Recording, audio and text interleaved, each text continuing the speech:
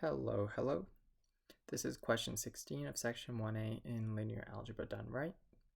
We want to show that the distributive property holds for AB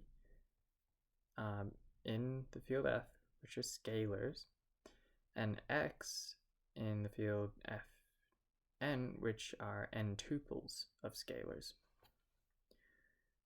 also called vectors containing elements of scalars.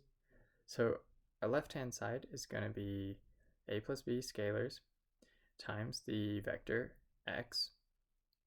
You're going to write x1 to xn. And then we use the multiplication of a vector by a scalar to turn this into one vector. And now we've got a scalar plus a scalar in brackets multiplied by another scalar. And this follows pretty much the rules that you learned in 5th grade. So we're going to distribute across x1 times a, x1 times b. Do that for every element.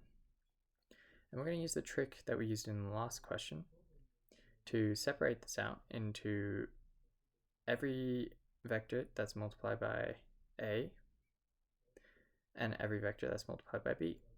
So you'll notice this is actually the sum of two vectors, specifically a times vector x plus b times vector x.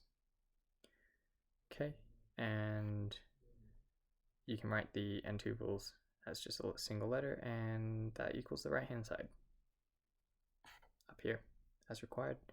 And that's the last question in section 1A. I'll see you in 1B. Have fun and enjoy learning.